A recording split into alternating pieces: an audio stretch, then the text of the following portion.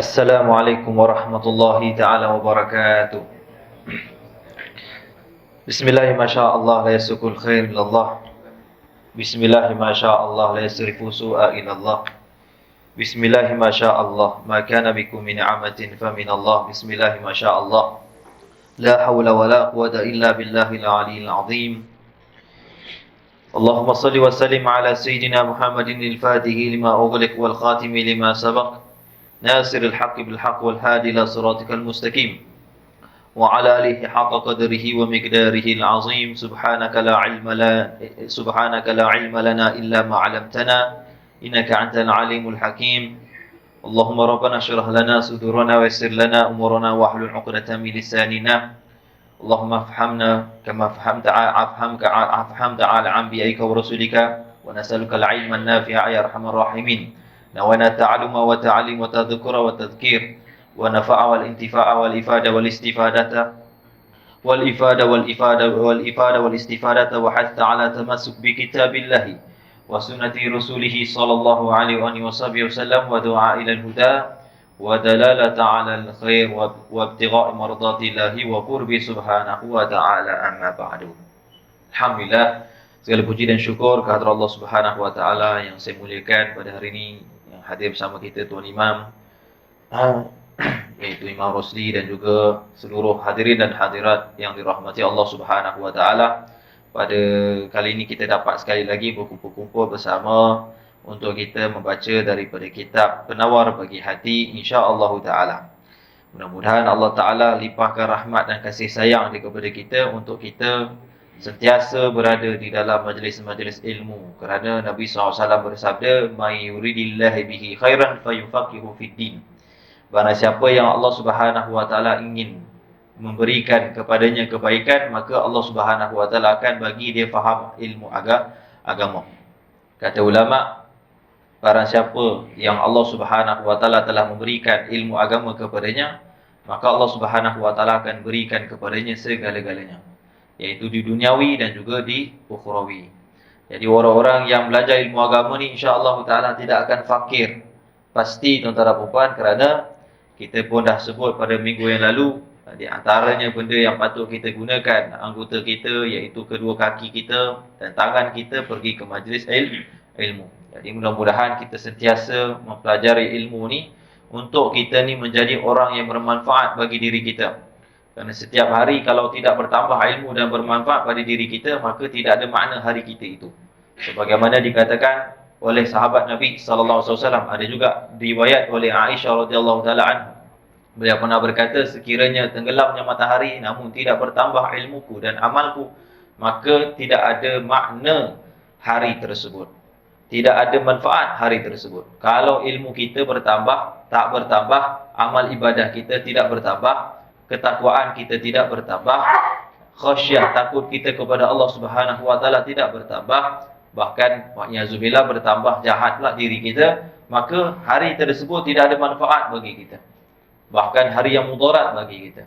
Jadi oleh kerana itu, kita ni mempelajari ilmu ni supaya kita dapat membersihkan dosa-dosa kita, kita dapat memperbetulkan akidah kita dan juga pegangan kita, supaya kita ni menjadi orang-orang yang baik, orang-orang yang saleh. Kerana kata para ulama mengatakan, la aqla liman la ilma lahu. Tidak ada akal bagi orang yang tidak mempunyai ilmu. Wala khaira liman la ilma lahu. Dan tidak ada kebaikan sedikit pun kalau orang itu tidak mempunyai ilmu. Tidak mempunyai akal kalau orang tak ada ilmu, dan tak ada kebaikan orang yang tidak mempunyai ilmu. Itu dikatakan. Jadi oleh kerana itu, insya-Allah taala kita belajar ilmu, insya-Allah taala, mudah-mudahan Allah taala manfaat pada kita dunia dan akhirat. Amin ya rabbal alamin. Jadi pada hari ini kita akan sambung semula di dalam kalam musannif pada menyatakan dua tangan dan dua kaki. Kata musannif, kita sambung semula pada kalam. Beliau mengatakan, dan berjalan kepada tempat perang, sabil, dia kata. Setelah dia kata, dan kepada tempat belajar ilmu yang memberi manfaat, di antaranya manfaat yang mana kita dapat manfaat akhirat, di antaranya kaki kita dan tangan kita ini, iaitu kata Syekh, di antaranya dan berjalan kepada tempat perang sabil, dia kata. Apa maksudnya? Iaitu pada jalan fi sabilillah, perperangan. Maksudnya apa? Pada jihad, jalan jihad sabilillah. Sekarang ni tak adalah, kita tak ada lagi panggilan berjihad untuk berjihad. Nampak tak? Tetapi kalaulah satu hari nanti ada para ulama telah bersepakat bahawasanya kita kena berjihad, maka kita pasti kena berjihad. Maksudnya kita kenalah ambil bahagian daripada jihad itu, baik lelaki dan juga perempuan. Orang lelaki berjihad fi sabilillah, ada tu orang-orang perempuan jihadnya adalah mereka dengan membantu apa saja yang diperlukan oleh kaum muslimin ketika peperangan, di antaranya menjaga anak-anak mereka, di antaranya menjaga diri mereka, di antaranya juga menyediakan apa saja bantuan-bantuan yang diperbolehkan untuk mereka melakukannya. Cuma sekarang ni belum lagi dipanggil jihad. Jadi para ulama belum sepakat lagi ada jihad. Tapi ustaz, kat Syria, nampak tak? Kat Yaman kan berperang ustaz, perlu ke saya berjihad? Nampak tak? Jadi para ulama mengatakan itu bukan jihad yang sebenar. Apa yang berlaku di negara Arab, di Syria, di Yaman, nampak tak? Dan di Mesir yang dahulu tu, itu sebenarnya bukan daripada jihad yang sebenar. Para ulama dah menyebutkan, dan mufti negeri Syria ataupun negara Syria sendiri telah pun memberi fatwa, telah mengharamkan untuk berperang di Syria. Nampak tak? Ada orang dia semangat nak pergi jihad. Oh, nampak pergi jihad. Sedangkan mufti Syria itu Syekh Said Ramadan Al-Muti, dia telah beri fatwa dan telah beri tahzir, peringatan.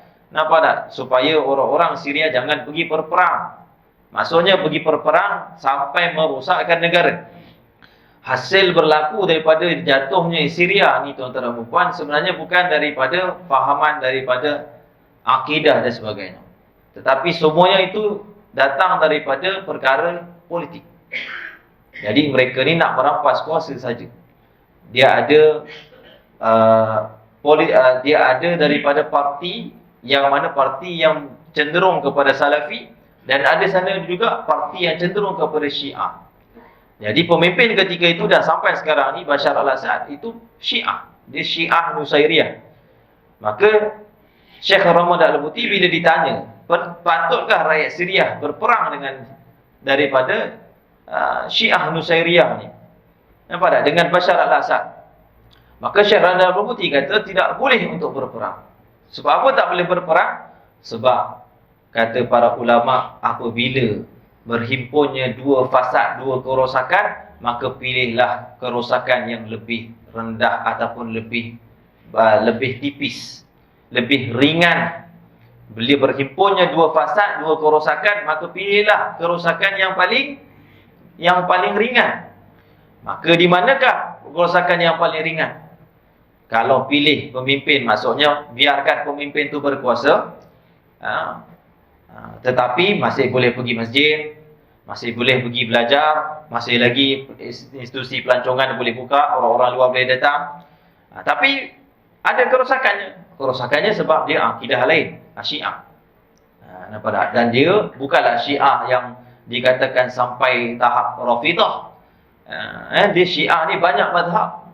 Kalau kita tengok Syiah ni dalam kitab Al-Ajwibah Damirah disebutkan, tuan-tuan dan puan, Syiah ni ada lebih kurang 23 mazhab, 23 cabang, macam-macam lah. Ismailiyah, Nusairiyah, apa lagi Ibrahimiyah, Fatimiyah, Ismail, apa lagi Rafidiyah, macam-macam lah. Nampak tak? 23 mazhab, tuan-tuan dan puan.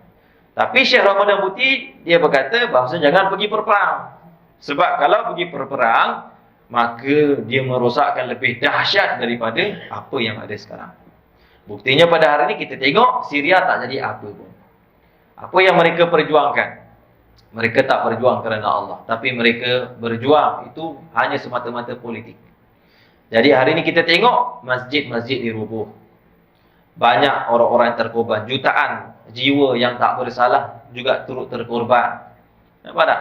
Sebab itulah kita ni Bila nak berjihad, kita kena dengar cakap para ulama. Jangan kita, tengok setakat video macam tu, kemudian kita nak pergi pun berjihad. Ya betul, kita tidak menyokong sama sekali pun. Syekh Ramadan Al-Buti juga tidak pernah menyokong sama sekali pun apa yang dilakukan Bashar al-Assad. Apa yang dilakukan daripada pemimpin-pemimpin zalim. Tak pernah sokong. Nampak tak? Tetapi macam mana untuk menangani isu ni ataupun cara untuk mereka itu lebih menyelamatkan umat adalah memilih daripada fasad yang lebih ringan, iaitu jangan pergi berperang. Kalau berperang, apa yang terjadi? Tengoklah, ulama-ulama mati dibunuh, wanita-wanita banyak yang diculik dan dirogol, anak-anak kecil dibunuh, ditanam hidup-hidup, masjid, makam-makam para aulia dan para nabi semuanya dihancurkan. Apa terjadi? Tuan-tuan dan puan, akhirnya masuklah tangan-tangan kuasa besar, Rusia, Amerika, China, hantar pesawat, boom sini, boom sini, boom sana, boom sini. Kononnya nak bantu, tapi pada hakikatnya nak memusnahkan lagi. Nampak tak? Sebab apa? Tak mau dengar cakap para ulama. Jadi nak faham jihad ni tuan-tuan dan puan, kena mengaji kitab jihad. Orang tu kalau dia nak berjihad, dia kena mengaji kitab jihad. Di antaranya kitab jihad yang disusun Al-Imam Bukhari dalam bab jihad. Di antaranya di dalam kitab fiqh ada juga bab jihad. Maka dia letak hujung sekali daripada bab fiqh.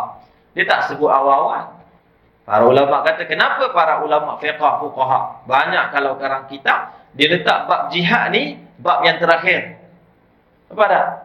Di hujung-hujung boleh letak, sebab jihad itu bukanlah yang diutamakan. Maksud jihad itu bukanlah yang diutamakan. Maksudnya utama di sini buat masa sekarang ini. Pada zaman sekarang ini. Ada setengah orang dia memahami bahawa jihad itu adalah daripada jalan penyelesaian untuk umat ini. Akhirnya tertubuhlah pemikiran-pemikiran ISIS, Daesh dan sebagainya. Nampak tak? Sedangkan mereka juga diupah oleh Yahudi. Nampak? Mereka juga diupah oleh Yahudi. Masa saya di Hadramaut, maka salah seorang daripada kawan saya, rumahnya, dia duduk, dia dah berkahwin. Atas rumah dia itu disewa oleh seorang lelaki Arab yang majhul, tak tahu siapa. Dah berbulan-bulan dia duduk situ. Satu hari itu datang kereta kebal, datanglah askar, kepung rumah tersebut. Kawan saya ini di bawah. Maka askar keluar, masuk rumah dia, pecahkan pintu rumah dia, suruh dia keluar dengan isteri dan anak dia. Ini berlaku di Hadramaut, tuan-tuan dan puan-puan. Apa mereka nak buat? Mereka nak naik atas. Sebab apa ke atas? Sebab ke atas tu ada seorang lelaki Daesh, ISIS. Maka tuan-tuan, tembakan berbelas tembak. Tuan-tuan dan puan-puan, sahabat saya kata, kali tu dia tak tahulah. Kalau dia kena bom, memang matilah dia kata. Kalau mati, memang mati syahid lah dia kata. Hampir kena tembak. Nampak tak? Lahir dia pun keluar bawa isteri dia sekali. Maka ketika itu tuan-tuan dan puan-puan, mereka tangkap. Dan akhirnya lelaki tersebut, lebih kurang 2-3 orang yang berada ke atas tersebut, rupa mereka ini merupakan ahli ISIS ataupun Daesh. Maka ditangkap tuan-tuan dan puan-puan, lalu terjumpa duit tuan-tuan dan puan-puan, satu beg yang besar American dollar. Tahun 2017. Yang mana ketika itu Hadramaut, American dollar ni, duit Amerika ni, belum sampai lagi tahun 2017. Pada tahun tersebut, tahun 2017. Yang sampai hanya tahun 2016 saja. Yang masuk di negara Hadramaut, Yaman, itu ketika itu Yaman hanya masuk 2016 saja. Tapi macam mana mereka boleh dapat 2017 nya duit? Pihak bank dah mengesahkan, mereka tak keluarkan mana-mana pun daripada mana? Daripada bank-bank yang berada di Hadramaut dan di Yaman. Tak ada bank yang keluarkan 2017. Nampak tak? Dari mana mereka dapat?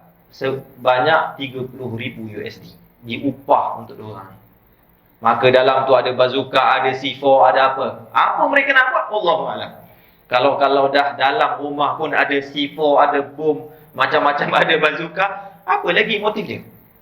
Dia nak membunuh para ulama. Nampak tak? Sebab itulah kita ni nak berjihad, kita kena faham. Dan ramai orang ni salah faham.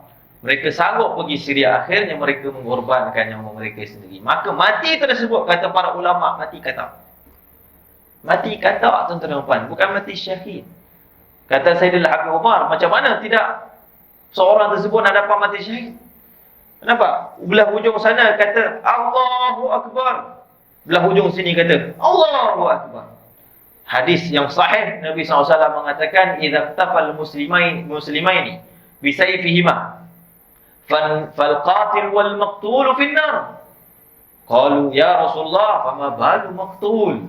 Hadzal qatil fama balu maqtul. Hadis sahih Imam Bukhari riwayatkan. Nabi SAW sebut apabila bertembung dua pedang, dua orang muslim dengan dua pedangnya, kata Nabi sallallahu alaihi wasallam, maka orang yang membunuh dan juga orang yang terbunuh, artinya orang yang terbunuh, orang yang dibunuh tersebut finnar, masuk dalam api neraka. Sahabat pelik tanya kepada Nabi sallallahu alaihi wasallam, ya Rasulullah, sebab apa yang dibunuh pula masuk neraka? Sepatutnya yang masuk neraka yang bunuhlah. Nampak tak? Maka Nabi SAW jawab sahaja. Nabi SAW jawab dengan sahaja, kata Nabi SAW, li'annahu kana harisan ala qatli akhihi. Sebab dia dah berniat untuk cuba bunuh saudaranya sendiri. Niat saja. Apatah lagi saling membunuh. Nampak? Jadi kerana itu tuan-tuan dan perempuan kita kena faham. Tuan-tuan dan perempuan dalam bab jihad. Tapi bila seruan jihad tersebut, bila ulama-ulama sepakat, semua para ulama bersepakat, bila berjihad dengan kafir-kafir harbi, artinya kafir yang menentang Islam itu sendiri. Nampak tak? Maka ketika itulah baru ada seruan jihad, maka kita boleh keluar untuk pergi berjihad. Manfaatnya besar dan pahalanya sangat besar. Dalam hadis Nabi sallallahu alaihi wasallam sebutkan, takfurullahu liman jahada fi sabilihi wa lam yakhruj illa al-jihad fi sabilihi. Kata Nabi SAW sebut, sesungguhnya Allah Ta'ala akan menjamin orang-orang yang berjihad di jalannya dan tidak keluar kecuali berjihad pada jalannya. Allah Subhanahu Wa Ta'ala menjamin orang-orang seperti ini baginya syurganya Allah Subhanahu Wa Ta'ala. Dan firman lagi Allah Ta'ala sebut, jahidul musyrikina bi amwalikum wa anfusikum wa alsinatikum. Kata Allah Subhanahu Wa Ta'ala, dan berjihadlah kamu dengan kepada orang-orang yang musyrik, artinya orang-orang yang mensyirikkan Allah, kafir-kafir yang harbi yang nak memerangi Islam. Bila datang seruan daripada para ulama, maka ketika itu kita berjihad sama-sama dengan para alim ulama. Nampak tak? Sebab tu ulama-ulama dulu pun banyak yang berjihad, tuan-tuan dan puan-puan. Nampak tak? Di antaranya Al-Imam Abu Hasan Asy-Syadzali radhiyallahu taala anhu. Beliau itu pun mujahidin. Beliau alim, rabbani, wali, di kalangan walinya Allah Subhanahu Wa Ta'ala, tetapi berjihad juga. Nampak tak? Jadi nak katakan banyak tuan-tuan dan perempuan, para ulama juga dahulu mereka pun berjihad, tetapi bila datang seruan jihad yang sebenar. Jadi jihad yang macam mana? Jihad bi amwalikum. Kata Allah yang pertama, jihad dengan orang musyrikin itu, memerangi orang musyrikin itu dengan harta-harta kalian. Nampak tak? Orang yang ada berduit, yang tak mampu tapi tak mampu esok, ada di kalangan hartanya dia ada, maka dia boleh infakkan untuk jalan fisabilillah. Boleh. Wa anfusikum, kalau mampu lebih daripada harta, kata Allah, wa anfusikum, maka dengan diri kalian, kata Allah Subhanahu Wa Ta'ala. Kalau tak mampu, wa alsinatukum, dan hendaklah kamu berjihad dengan daripada lisan-lisan kalian. Nampak tak? Jadi jihad ni terlalu luas. Jadi sebab tu tuan-tuan dan puan, manhaj para ulama sekarang ni tak ada lagi jihad, tetapi para ulama kata kita boleh berjihad dengan tiga-tiga perkara ini, dengan cara kita menginfakkan harta kita. Yang mana yang memerlukan dana orang-orang fakir miskin, anak-anak yatim, maka berjihad itu juga jihad. Begitu juga diri kita berjihad dengan nafsu kita, memerangi hawa nafsu kita, dan itulah kata Nabi SAW adalah jihad al-akbar, jihad yang paling besar. Nampak tak? Ataupun jihad dengan lisan-lisan kita. Nampak? Dengan jihad dengan lisan, artinya mematahkan hujah-hujah orang-orang yang menyanggah Islam itu, mematahkan hujah-hujah orang yang mana memburukkan Islam. Maka itu juga merupakan jihad. Nampak? Jadi kerana itu tuan-tuan dan puan, pernah satu ketika guru saya Ustaz Nasrullah Al-Yamani, ketika mana beliau itu pergi di Switzerland, maka dia jumpa seorang Mat Saleh ni. Mat Saleh ni bagi dia satu kertas, dan dia tengok satu kertas tersebut hadis Nabi, tapi diterjemahkan dalam bahasa Inggeris. Hadis Nabi SAW. Maka Ustaz saya ni tanya, dia kata kamu Muslim? Dia kata, ya saya Muslim. Dia kata, Masya Allah. Dia kata. Lalu orang tu, ustaz saya pun kata, ya saya pun Muslim. Dia pun peluk, Alhamdulillah. Saya jumpa orang Muslim hari ni. Dia kata. Lepas tu, apa yang kamu buat ni? Dia kata, saya buat sedang membagi-bagikan hadis Nabi SAW, saya terjemahkan. Daripada bahasa Arab, saya ambil. Ataupun daripada Google saya ambil, maka saya akan bagikan. Satu hari lebih kurang 100 kertas saya akan bagi. 100 orang pasti dapat. Di train, tuan-tuan dan puan, di kereta api tersebut. Maka ustaz saya tanya kepada dia, apakah yang kamu dapatkan dengan dakwah kamu ni sudah berapa lama? Dia kata, saya buat ni sudah hampir 10 tahun. 10 tahun? Masya Allah, 10 tahun. Lalu, apa yang kamu buat, dapatkah orang lain-lain masuk Islam? Dia kata, dah tak terkira ramai orang masuk Islam. Sebab dia bagikan hadis-hadis tersebut. Nampak tak? Jadi itulah effort mereka tuan-tuan dalam berdakwah tu. Itu pun jihad. Untuk kita berjihad dengan diri kita, kita mampu. Tuan-tuan dan puan, itulah di antaranya. Jadi itu di antaranya tuan-tuan dan puan, kelebihan ataupun Allah Subhanahu wa taala firman dan Nabi sallallahu alaihi wasallam sebut dalam hadis, al-ghudatu war-ruha fi sabilillah khairum minad dunya wa ma fiha. Nabi SAW sebut bahawasanya berpagi-pagi dan juga berpetang-petang di dalam jalan fi sabilillah, berjihad, itu lebih baik daripada dunia dan juga seisinya. Itulah kelebihan orang-orang yang berjihad pada jalan Allah Subhanahu wa taala. Apatah lagi kalau orang pergi berjihad nanti kalau dia mati dalam keadaan syahid. Kita tengok sahabat Nabi sallallahu alaihi wasallam, di antaranya Khalid Al-Walid, itu berjihad di tuan-tuan dan puan, sudah masuki peperangan lebih kurang 100 peperangan. Akhir-akhir hayat dia tuan-tuan dan puan, dia bersandar di katilnya, maka ketika itu menangis dia. Lalu sahabat Nabi SAW tanya, kenapa? Ma yabkika ya Khalid? Apa yang membuatkan kau ni menangis, wahai Khalid? Kata Khalid, bahawasanya aku ni menangis sebab aku ni telah masuki semua peperangan yang telah ada di kalangan orang Muslim. Dan aku telah masuki lebih kurang 100 peperangan. Maka ditunjukkan tubuh badannya, bahawasanya ini tombak, ini macam-macam dah masuk tuan-tuan tubuh badan dia. Dia kata, tapi sekalipun aku tidak mati syahid, katanya. Sekalipun aku tidak mati syahid. Kata Khalid Walid ni, dia nak sangat mati syahid tuan-tuan, tapi tak mati. Maka sahabat tersebut kata, wahai Khalid, macam mana kau boleh mati syahid?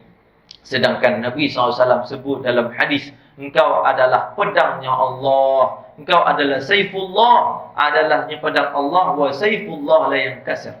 Dan sesungguhnya pedang Allah tidak akan pernah patah. Tidak akan pernah patah. Ini sahabat Nabi sallallahu alaihi wasallam macam ni berjihad mereka tuan-tuan dan puan. Subhanallah. Hanya semata untuk redha Allah Subhanahu wa taala. Dan ingat, orang-orang yang mati syahid tuan-tuan dan puan, setiap daripada darahnya, daripada rambut-rambutnya tuan-tuan dan puan, itu diharamkan api neraka Allah Subhanahu wa taala. Kelebihan orang yang jihad. Jadi kita akan sampai pada masa itu nanti tuan-tuan dan puan, maka apa persediaan kita? Persediaan kita adalah ilmu. Belajarlah ilmu tentang jihad, mendalami. Nampak tak? Jadi supaya kita ni tak tergolong di kalangan orang-orang yang terpesong seperti ISIS dan sebagainya, Daesh, Al-Qaeda dan sebagainya, tuan-tuan dan puan. Supaya kita tidak tertipu dengan mereka. Sebab mereka itu golongan-golongan yang jahil kebanyakannya. Nampak tak? Saya pernah satu ketika jumpa seorang lelaki ni, dia ni dah taubat daripada join ISIS. Maka dia pergi ke Hadramaut, saya jumpa dia. Saya banyak kawan Arab. Nama dia Umar Khattab. Nama pun dah ganas. Cala-cala tuan-tuan dan puan. Kali pertama saya jumpa dia, maka ketika itu dia ni Allahu'alam lah. Itu niat dia apa, saya tak tahu. Maka dia pun pegang rifle. Biasa saja kami kat sana pun rifle kami tak pernah pegang. Ini dilarang oleh guru-guru kami sebab tak nak mengandungi fitnah. Nampak tak? Ada setengah pelajar pergi sana takat gambar dengan rifle. Ada tu polis Bukit Aman, kalau nampak memang confirm balik kena tahan tuan-tuan dan puan. Nampak? Sebab tu bila saya balik Hadramaut, tiba-tiba ada polis. Ya, apa tu? IPD Aikro.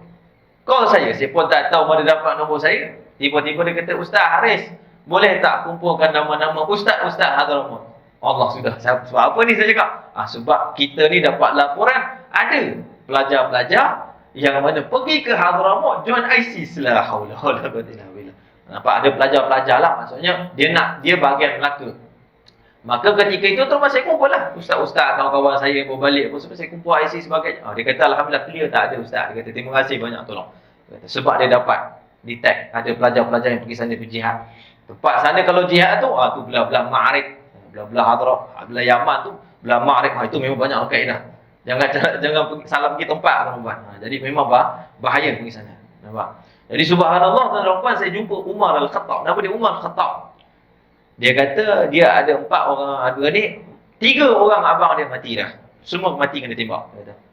Berjihad. Dia kata berjihad lah. Saya pun kata ya baik-baik. Lepas tu kebetulan tu saya jumpa dia. Dia pun, dia kata aku nak tunjuk kau satu ni. Apa? Dia kata. Dia pun buka baju. Saya kata nanti jangan. Dia buka tuan-tuan perempuan 7 bekas tembak tuan-tuan perempuan. Dia kata sabar. Rasas. Peluru masuk tubuh badan dia kata. Tapi aku alhamdulillah Allah Ta'ala bagi panjang umur, dia kata. Lepas tu saya tanya lagi, apa yang kau buat berjihad tu? Dia kata, aku pergi sembelih orang Syiah, dia kata. La haula wala quwwata illa billah. Berapa orang pernah aku sembelih? 2 orang, 2 kepala pernah potong. Dia kata nak tengok gambar, saya cakap jangan. Lepas tu lah sekali saya cakap dengan dia, bertaubat kepada Allah Subhanahu Wa Taala. Saya cakap jangan kembali lagi. Dia pun dah bertaubat dan dia ikut tuan-tuan perempuan tuan guru saya Al-Habib Umar bin Hafid. Kat sana tu alhamdulillah jadi orang baik. Sampai sekarang dia duduk dekat Darul Mustafa tu belajar iktikaf. Duduk di sana. Tapi sekarang ni saya dengar iktikaf tu dah Habib Umar dah tak buat dah, maka mungkin dia duduk di luar. Tapi mulazamah majlis ilmu, dia dah taubat tuan-tuan perempuan. Dia rasa bersalah sangat dia buat macam tu. Maka last sekali saya baca satu hadis Nabi sallallahu alaihi wasallam. Nabi SAW mengatakan laisa syadid bisur'ati, bukanlah orang yang kuat adalah orang yang suka bergaduh. Orang yang suka bergusti, orang yang suka berperang. Itu kata Nabi SAW. Wa innamal syadid liman yamliku indal ghadab, nafsahu indal ghadab. Kata Nabi SAW, orang yang kuat adalah orang yang mampu menahan jiwanya, kemarahannya ketika nafsunya ketika marah. Itulah kata Nabi SAW. Maka dia peluk saya tuan-tuan perempuan, dia kata ini hadiah hadis Nabi SAW. Dia peluk saya menangis tuan-tuan perempuan.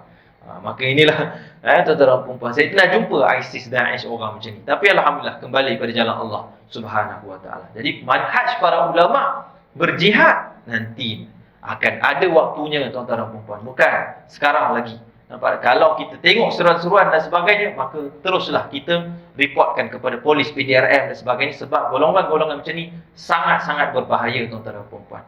Nampak tak? Pernah satu ketika Syekh Muhammad Ali Syahrawi bertemu ramah dengan seorang budak Salafi. Budak Salafi tuan-tuan perempuan, tapi Salafi jihadi. Salafi ni ada 2 golongan. Satu Salafi yang ilmi. Salafi ilmi ni bagus sikit lah. Walaupun dia Wahabi Salafi, tapi dia lebih cenderung kepada ilmu. Jadi cenderung dia ilmu dia lain sikit. Dia suka bid'ah orang sikit, dia suka syirikkan orang sikit. Tu bahaya dia macam tu. Tapi yang kedua ni lebih bahaya, dia panggil Salafi jihadi. Salafi jihadi ni tuan-tuan perempuan, dia ni adalah golongan yang berfahaman ekstrim, Salafi, Wahabi, tetapi dia ini cenderung kepada untuk membunuh orang-orang yang syirik. Orang-orang yang syirik, tak kisahlah. Kalau orang ziarah kubur dianggap syirik, maka halal darah. Ini bahaya. Salafi jihadi ni tuan-tuan perempuan. Kat Malaysia ni ada sebenarnya. Nampak tak? Cuma tak terzahir. Dapat report daripada polis-polis itu pun ada beritahu tuan-tuan perempuan. Dengan asatizah, ustaz-ustaz. Nampak tak? Supaya untuk basuh pemikiran masyarakat, jangan tercenderung dengan fahaman-fahaman yang ekstrim seperti ini tuan-tuan perempuan. Maka Syekh Muhammad Syahrawi jumpa seorang Salafi jihadi. Dia kata apa? Dia kata apa pendapat kau? Kalau di dalam Kairo ni ada satu disco, apa yang patut kau buat kalau kau boleh buat memperlakukan kepada mereka? Dia kata kalau aku mampu aku bom mereka. Kalau aku mampu aku bom mereka. Kata Syekh Muhammad Syahrawi, kau nak bom mereka? Ya, aku bom mereka. Kenapa kamu nak bom dia? Sebab orang-orang ini dia bermaksiat kepada Allah, melakukan dosa-dosa besar. Allah. Nampak tak? Jadi golongan-golongan ni tuan-tuan perempuan, mereka ni ada fikrah-fikrah khawarij. Khawarij ni siapa-siapa yang melakukan dosa besar halal darah. Siapa yang pelaku dosa besar itu boleh dihukumkan kafir terus, boleh bunuh dia, halal darah. Nampak tak? Jadi ketika itu kata Syekh Ahmad Syahrawi cakap kepada pemuda tersebut, jihadi Salafi tersebut, dia kata apa? Dia kata, kalaulah kamu beranggapan seperti itu, sama saja pekerjaan kamu dengan iblis dan juga syaitan. Sebab iblis dan juga syaitan, dia nak membunuh orang, dia nak membuat seseorang itu mati dalam keadaan bermaksiat dan jauh dengan Allah Subhanahu Wa Taala, dan mati dalam keadaan kafir. Jadi sama perjalanan kamu dengan syaitan. Temu dia tersebut senyap, tuan-tuan. Jadi sebab tu Syekh Rahmatullah Syarawi dia karang kitab bab jihad. Al-Jihad fil Islam dalam satu kitab Imam Rahmatullah Syarawi. Bab pertama dia sebut mesti kita neutralkan pemikiran kita, bahawasanya kita faham jihad bukanlah jalan mengangkat pedang, rafa'al suyuf, itu bukan jalan yang utama bagi orang muslim. Artinya mengangkat pedang bukanlah daripada jalan yang pertama di kalangan orang-orang muslim, bukan penyelesaiannya. Nampak tak? Jadi sebab tu kita kena belajar bab jihad ni supaya kita dapat mengetahui. Jadi bab jihad boleh mengaji dengan kitab-kitab fiqh yang diajar oleh ustaz-ustaz. Ada bab jihad yang khusus yang boleh kita belajarnya, tuan-tuan dan puan-puan. Jadi itu dikatakan nampak tak? Dan berjalan kepada tempat perang itu kegunaan kaki kita fi sabil, ada perang sabil, jalan fi sabilillah. Dan tempat mengerjakan haji dan umrah, di antaranya kaki kita manfaat ukhrawi akhirat adalah tempat mengerjakan haji, iaitu pergi ke tempat mengerjakan haji dan juga umrah. Nampak tak? Jadi kita ni, kaki kita dicipta oleh Allah untuk kita berusaha. Maksudnya usaha untuk pergi ke sana, kumpul duit, nampak tak? Dapat EPF simpan sikit untuk buat haji bila dah sampai turn pergi. Ada setengah orang dapat EPF, habis dia renovate rumah dia, dah tak ada dah duit nak pergi. Nampak tak? Habis duit tersebut. Sepatutnya diutamakan benda yang wajib. Sebab apa?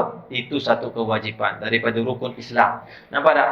Jadi sebab itu dikatakan perjalanan kaki kita ini kepada haji dan juga umrah. Kenapa? Sebab banyak faedahnya. Dalam hadis Nabi SAW mengatakan al-umratu lil umrah kafaratul lima bainakuma.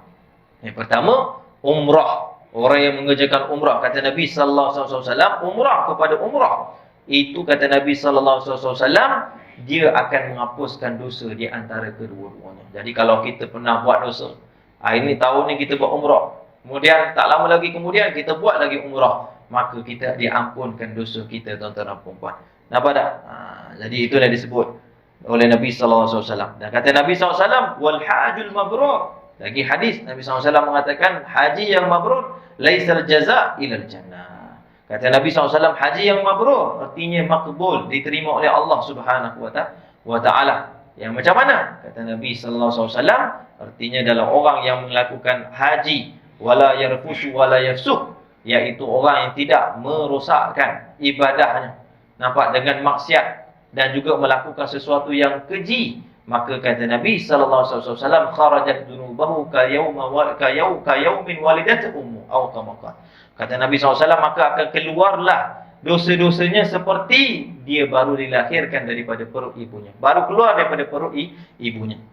Dan Nabi SAW sebut dalam hadis kelebihan orang melakukan haji, bahawasanya wal hajjul mabrur laisal jazaa ila jannah. Orang-orang yang melakukan haji yang diterima oleh Allah tidak ada ganjaran kecuali syurga Allah Subhanahu wa taala. Jadi kerana itu kita lakukanlah insya-Allah taala, dan doakan saya juga lagi beberapa hari tu, lebih kurang 5 hari lagi, insya-Allah taala akan melakukan umrah juga. Mudah-mudahan umrah yang makbul dan mabrur insya-Allah taala, tuan-tuan dan puan-puan. Jadi kita usaha untuk pergi umrah, tuan-tuan dan puan-puan. Kerana umrah ni kata dalam mazhab Imam Syafi'i itu wajib sekali seumur hidup kita. Kalau ada orang dia dah pernah buat haji, maka dia wajib juga melakukan umrah sekali kalau dia mampu. Nampak tak? Sebab dalam mazhab Imam Syafi'i umrah itu wajib sekali saja, tuan-tuan dan puan-puan. Adapun kita nak buat umrah banyak kali, itu disunahkan, dipanggil Ihya'ul Bait, kita menghidupkan rumahnya Allah, Kaabah itu sendiri. Jadi insya-Allah taala kita pergi. Di antaranya yang paling baik kita pergi adalah pada bulan Ramadan. Sebab Nabi SAW sebut bahawasanya al-umrah fi Ramadan kata Nabi SAW, ta'dilu hajjah. Kata Nabi SAW, umrah pada Ramadan itu seperti melakukan haji. Pahala dia, tuan-tuan dan puan-puan, seperti melakukan haji. Bayangkan kita pergi umrah saja, subhanallah, dapat daripada pahala haji. Jadi kaki kita itu digunakan untuk kita pergi umrah dan juga haji. Di antaranya manfaat akhirat. Dan juga berjalan, kata Syekh lagi, dan juga berjalan, Allahumma salli Muhammad, dan berjalan kerana ziarah.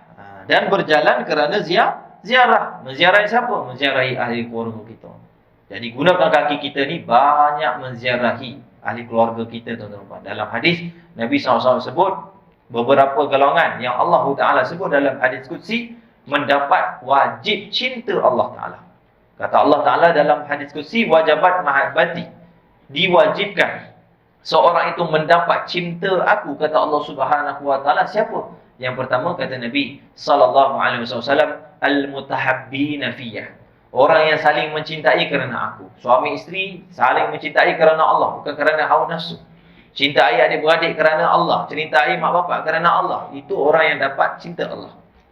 Yang kedua kata Nabi SAW, al-mutajalisina fiyah, orang yang saling-saling duduk dalam majlis, ramai-ramai duduk kawan-kawan, oh jom pergi kuliah malam ni. Maka kata Allah, wajabat mahabbati, orang tersebut diwajib mendapat cinta aku. Allah Ta'ala bagi cintanya, tuan-tuan dan puan-puan. Yang ketiga kata Nabi SAW, ini yang dimaksudkan, al-mutazawwirina fiyah, orang-orang yang saling menziarahi kerana aku, kata Allah. Jadi saling menziarahi jiran tetangga. Kita duduk jiran, tuan-tuan dan puan-puan, tapi tak pernah pergi dan tak pernah kenal jiran kita. Ini tuan-tuan dan puan-puan, satu menyalahi sunnah Nabi SAW. Sebab Nabi SAW pernah berkata dalam hadis, malaikat Jibril sentiasa datang kepada aku, mewasiatkan kepada aku tentang jiran, sehingga aku menganggap bahawa jiran itu akan dapat harta warisanku. Mendapat harta warisanku. Seolah-olah macam tu. Malaikat Jibril selalu datang. Nabi Muhammad, wahai Rasulullah, ingati jiranmu. Sampai Nabi Muhammad anggap bahawasanya, oh mungkin aku ni harta warisanku tu diberikan, sampai boleh diberikan. Nak katakan terlalu dekatnya jiran itu. Sebab itu Nabi SAW sebut dalam hadis yang sahih, nampak penting jiran ni tuan-tuan dan puan, kita menziarahi dan sebagainya. Kata Nabi SAW, ada berbuat baik dengan mereka. Kata Nabi SAW, la yastaqimul imanul abdi hatta yastaqimu lisanuhu, wa la yastaqimu lisanuhu hatta yastaqimu qalbuhu, wa la yastaqimu qalbuhu hatta ya'manu jaruhu min bawa'iqi aw kama qala. Kata Nabi SAW, tidak akan sempurna iman seorang apabila kalau dia tidak lurus lidahnya. Kalau lidahnya tak jadi orang yang baik, suka mencarak, maka tak akan luruslah iman dia. Iman dia tidak akan sempurna, kata Nabi. Wala yastaqimu lisanuhu hatta yastaqimu qalbuhu, dan tidak akan lurus lidahnya, sempurna baiknya lidahnya kecuali hatinya dah baik. Dan tidak akan baik hatinya, kata Nabi sallallahu alaihi wasallam, sehinggalah dia itu memberi ketenteraman kepada jirannya ataupun menyelamatkan jirannya daripada min bawa'iqihi, daripada kejahatan diri dia. Nampak tak? Jiran kita hidup susah pun kita tak pernah tahu. Anak dia kadang-kadang tak ada pampers, kita tak pernah tanya. Kadang-kadang kita ni tahu jiran-jiran kita susah, tapi kita ni tak pernah nak mengambil endah. Tak pernah mengambil endah. Para ulama salaf tu mengatakan kami tidak boleh tidur sekiranya kalau ada di kalangan jiran-jiran kami yang kelaparan ketika waktu malam. Yang kelaparan ketika waktu malam. Nampak tak? Kita pernah tak ziarah mereka, duduk dengan mereka, tanya mereka apa yang mereka perlukan. Kita bekerja, mereka tak bekerja, mereka tak ada duit, maka pergi berziarah. Ziarah tuan-tuan dan puan-puan. Itu jiran, orang yang dekat dengan kita. Nampak tak? Kemudian ziarahlah kepada ahli keluarga dan sebagainya. Dan khususnya yang dimaksud oleh ziarah di sini, ziarah kaum-kaum salihin, orang-orang saleh. Pernah tak dalam kehidupan kita pergi jumpa tuan guru? Tuan-tuan dan puan-puan, pondok banyak dekat mereka ni. Bahan mak tahfiz, ustaz-ustaz tu, ada setengah ustaz-ustaz tu, orang-orang alim yang mengaji, tuan-tuan dan puan-puan, ada yang belasan tahun. Alim sungguh ilmunya. Tapi kita pernah tak pergi ke rumah dia minta doa ke apa ke? Tak. Tuan-tuan dan puan-puan, ingat, kalau kita tak pernah jumpa kepada orang soleh, tuan-tuan dan puan-puan, macam mana kita ni nak jadi orang soleh? Sebab Nabi SAW sebut, manjalis janis. Siapa yang duduk dengan seorang itu, dia akan sejenis dengan orang itu. Tapi kalau kita tak pernah duduk dengan orang soleh, macam mana kita nak jadi jenis orang soleh? Kita tak pernah ziarah orang soleh. Dan orang soleh pula yang paling rugi kalau orang soleh tak pernah kenal kita. Orang soleh kalau tak pernah kenal kita, tuan-tuan dan puan-puan, jangan tuan-tuan dan puan-puan mati kecuali tuan-tuan dan puan-puan dikenali oleh para walinya Allah, orang-orang soleh. Nampak? Kita tengok saja Allah Ta'ala ni, tuan-tuan dan puan-puan, dia nak katakan cerita tentang orang soleh ni sehingga para nabi pun minta untuk menjadi orang soleh. Nabi Yusuf AS doa, wa tawaffani musliman wa alhiqni bis salihin. Ya Allah, matikan aku di kalangan orang-orang yang Islam dan juga golongkan aku di kalangan orang-orang yang saleh. Nabi Yusuf doa macam tu. supaya kita digolongkan, kita dicampurkan, supaya kita ni diberi rezeki untuk menziarahi mereka dan diziarahi oleh mereka.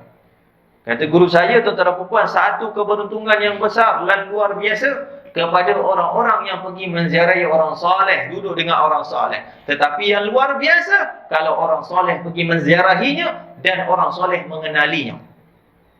Sebab mereka ni, tuan-tuan dan puan, ahlul wafa. Mereka ni orang-orang yang setia. Nampak tak? Dan disebut dalam kasidah Habib Umar, dia kata apa? Musahabatur rijali dhawil wafa'i na'imul khuldi fi daril baqana'i murafaqatul kiramin ajallu ghunmin bidid dunya wa fi daril baqa'i al-baqa'i. Itu kata Habib Umar dalam syair. Dia kata apa? Musahabatur rijal zawil wafa'i. Pergi campur, duduk ziarah dengan orang-orang rijal. Siapa rijal ni? Orang-orang soleh. Ziarah kepada mereka yang ahlul wafa, orang yang sentiasa setia dengan Allah dan Rasul dan setia dengan hamba-hambanya. Na'imul khuldi fi daril fana'i wal baqa'i. Itu sebenarnya murafaqatul kiram, dan campur mereka, bersama dengan mereka, orang-orang yang mulia di kalangan wali Allah, orang soleh ni adalah ajalluhum min. Dia adalah ghanimah yang paling hebat, pemberian Allah Ta'ala yang paling dahsyat, kata Habib Umar. Nampak tak? Na'imu fil khuld, dan dia adalah nikmat yang mana di dunia ni dan juga di akhirat, yang hebat, tuan-tuan dan puan. Itu kata Sayyidina Habib Umar dalam syair. Jadi pergi ziarah, tak kisah walaupun imam. Nampak tak? Imam pun sekali pergi ziarah kepadanya, kita tak pernah tahu di kalangan mereka yang mustajab doa. Kita tak pernah tahu. Kadang-kadang kita ziarah, tuan-tuan dan puan, kepada mereka, Allah Ta'ala angkat penyakit kita sebab doa mereka. Sebab itu kalau kita pergi menziarahi orang-orang yang soleh, insya-Allah Ta'ala hajat kita juga boleh dikabul oleh Allah Subhanahu Wa Ta'ala. Nampak? Jadi sebab itu kita pergi ziarah, khususnya ziarah orang-orang sakit. Itu sunnah Nabi SAW. Ini kita dengar orang sakit, tuan-tuan dan puan, kita mampu, kita ada duit, kita boleh pergi, tapi kita tak mau pergi. Kita sakit, doa pakai WhatsApp, pergi ziarah. Itu sunnah Nabi SAW. Kata Nabi SAW, 5 hak orang Muslim ke atas orang Muslim. Di antaranya iyadatul marid, ziarah orang-orang yang sakit. Ziarah orang yang sakit itu hak orang Muslim ke atas orang Muslim. Salah satu hak orang Muslim yang lain untuk kita menziarahi kepadanya. Tapi kita tak pernah pergi ziarah. Orang sakit biarkan saja. Jadi kitalah, tuan-tuan dan puan, usaha kita belajar ni, insya-Allah Taala niat berjalan kaki kita ni dapat pahala untuk menziarahi, apatah lagi ziarah kepada orang-orang solehin. Dan maksud ziarah solehin yang terakhir, ziarah makam-makam para wali. Itu boleh. Nabi SAW sebut, kuntu nahaitukum an ziyaratil kubur fazuruha fa innaha tuzakkirumul akhirah. Dulu aku pernah menghalang kamu untuk ziarah kubur, tapi sekarang pergi ziarah kubur, kata Nabi, sebab dia mengingatkan kamu kepada kematian. Apatah lagi ziarah di kalangan makam-makam para wali, daripada kubur-kubur orang soleh, kubur-kubur tok imam dulu-dulu tu. Kadang-kadang, tuan-tuan dan puan, itu salah satu daripada amalan yang baik. Sebab Nabi SAW, kita tengok banyak dalam hadis. Aisyah radhiyallahu taala anha meriwayatkan, Nabi SAW boleh dikatakan setiap malam kadang-kadang pergi ke Baqi' al-Gharqad. Nabi SAW ziarah orang-orang Baqi'. Nabi SAW doakan. Itu sunnah Nabi SAW. Hatta Isra wal Mi'raj, Allah Ta'ala ajar Nabi SAW, tuan-tuan dan puan, pergi Isra Mi'raj, malaikat Jibril bawa, naiki burak. Dalam perjalanan nak pergi Masjid Al-Aqsa tu, macam-macam tempat. Di antaranya pergi ziarah daripada tempat yang dilahirkan Nabi Isa, di Baitul Laham, di Dimash. Nampak tak? Di antaranya pergi ke Katibul Ahmar, daripada kuburnya Nabi Musa AS di situ. Pergi ziarah dengan Nabi. Dan diperintah oleh malaikat Jibril, salli ya Muhammad, salli ya Rasulullah, salli, salatlah kamu di sini. Malaikat Nabi SAW tanya, siapa, kenapa kena solat sini? Kata, di sinilah Kasibul Ahmar. Di sinilah tempatnya daripada Nabi Yusuf alaihissalam, Nabi Musa alaihissalam disemadikan. Pergi lagi tempat di Tur Sina, solat lagi, menziarah. Allah Ta'ala telah mengajar dah kepada Nabi SAW ni tertib ziarah, ziarah kubur dan sebagainya. Nampak tak? Cuma bila menziarahi kubur, maka kita kena jaga adab. Maksudnya kita tidaklah melanggari batas syarak. sampai kita memuja dan sebagainya. Tapi kita pergi ziarah, itu satu tuntutan dan sunnah untuk kita menziarahinya. Nampak tak? Jadi insya-Allah taala mudah-mudahan kita dapat belajar sedikit daripada apa yang disebut oleh Syekh Abdul Qadir Madil ini, agar kita menjadi orang-orang yang berguna dan bermanfaat pada seluruh anggota kita. Amin ya rabbal alamin. Dan Allah taala jadikan kita orang soleh, insya-Allah taala ada golong ke kita di kalangan orang-orang soleh. Allah rezekikan kita juga menjadi orang yang soleh, dan juga anak kita dan juga isteri kita dan seluruh ahli keluarga kita digolongkan nanti di hari kiamat kepada sayyidis salihin, yaitu Nabi Muhammad sallallahu alaihi wasallam dulu, orang-orang saleh insya-Allah taala. Amin rabbal alamin. Rabbana atina fid dunya hasanah wa fil akhirati hasanah wa qina adzabannar. Wa sallallahu ala sayyidina Muhammadin nabiyil ummi wa ala alihi wa sahbihi wa sallam. Walhamdulillahi rabbil alamin. Allahumma